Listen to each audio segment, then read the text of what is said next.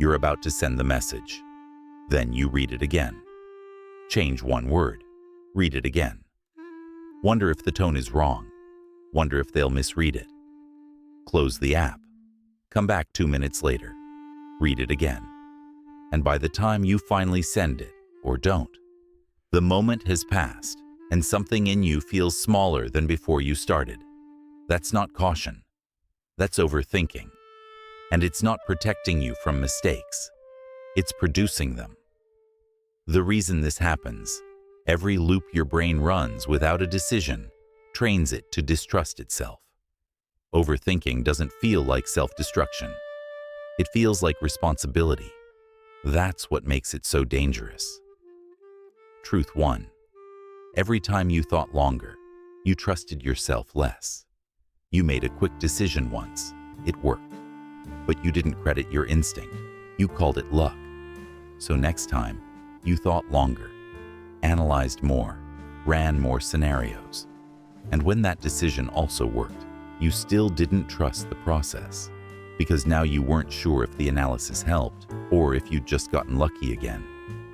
Here's what was actually happening underneath all of it. Every extra minute you spent analyzing a decision you already knew the answer to was a vote against your own judgment. Not a conscious vote, a structural one. Your brain was learning, through repetition, that its first instinct wasn't safe to act on, that more thinking was always better than less. That movement required certainty, and certainty required more time, and more time never actually produced certainty. It just produced more questions. Overthinking isn't caution. It's self-distrust that learned to disguise itself as intelligence. The confident person isn't the one who thinks less. They're the one who acts on the first clear signal and builds trust with themselves through the outcome, not the analysis.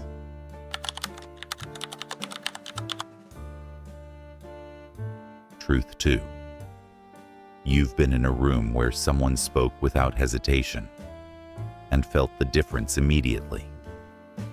They didn't qualify every sentence, didn't look around to check reactions before finishing the thought, didn't add, I could be wrong, at the end of a point they clearly believed. They just spoke. And the room responded differently to them than to everyone else. You probably assumed they were naturally confident. They weren't. They'd simply stopped running every thought through a filter that asked, what will happen if this lands wrong? Here's the invisible psychology nobody explains.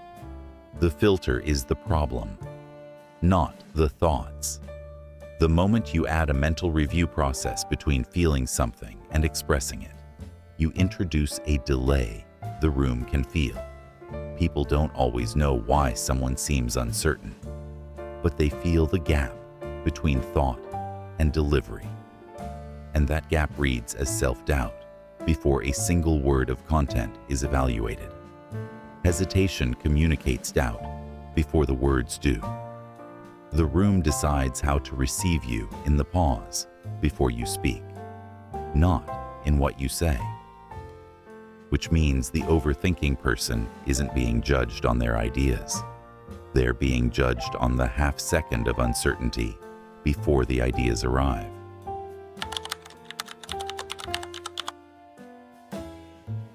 Truth 3.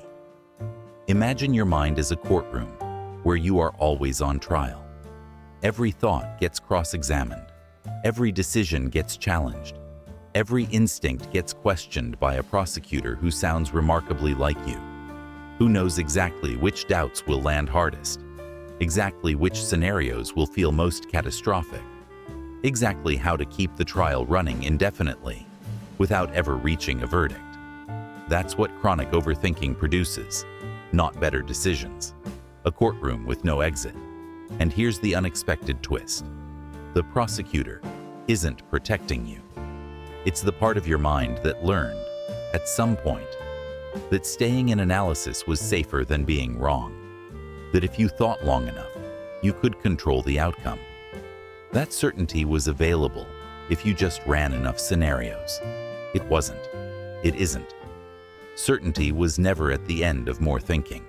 It was always at the end of a decision, followed by a result, followed by the discovery that you survived the outcome either way. The brain doesn't build confidence through thinking. It builds it through acting and surviving, repeatedly, until the fear of the outcome shrinks smaller than the trust in the process.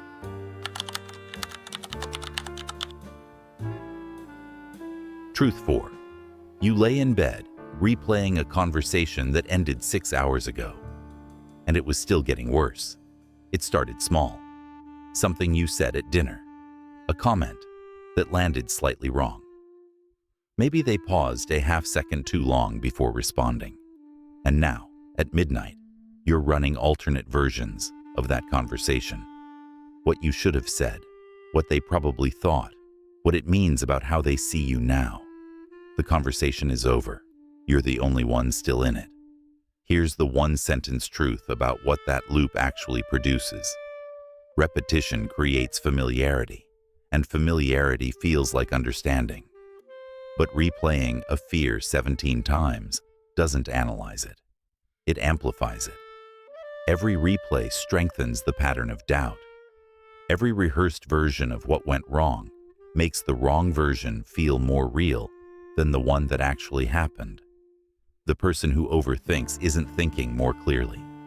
They're building a more detailed case for why action is dangerous, until inaction feels like the only safe position left. The mind treats repeated thoughts as evidence. Replay a fear enough times, and the brain begins preparing for it as if it's already scheduled. The unmanageable person catches the loop, names it, and moves anyway. Not because the fear disappeared, but because they stopped treating repetition as analysis.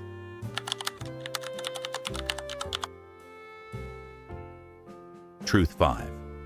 The day you stopped waiting to feel ready was the day confidence stopped being something you chased. You drove home from the interview replaying every answer, convinced you'd said the wrong thing in the third question, certain they'd noticed the pause before your answer on leadership. By the time you got home, you'd already decided you didn't get it, before they'd made a single decision. 3 days later, they called to offer you the job. The version of the interview you replayed on the drive home wasn't the interview they experienced. It was the interview your overthinking constructed, edited, amplified, and filtered through every insecurity you carried into the room. Readiness was never going to arrive through more analysis. It was never going to be produced by another loop, another scenario, another rehearsal. Every person you've ever looked at and thought, they just seem confident. They started exactly where you are. And at some point, they made one decision before they felt ready, then survived it, then made another. Confidence is not the prerequisite for action. It is the residue of it, left behind by every moment you moved before you were certain and discovered you were more capable than the overthinking suggested. The person who stops overthinking doesn't become reckless. They become impossible to freeze. And a person who cannot be frozen cannot be controlled by doubt, by pressure, or by anyone who benefits from keeping them in the loop a little longer.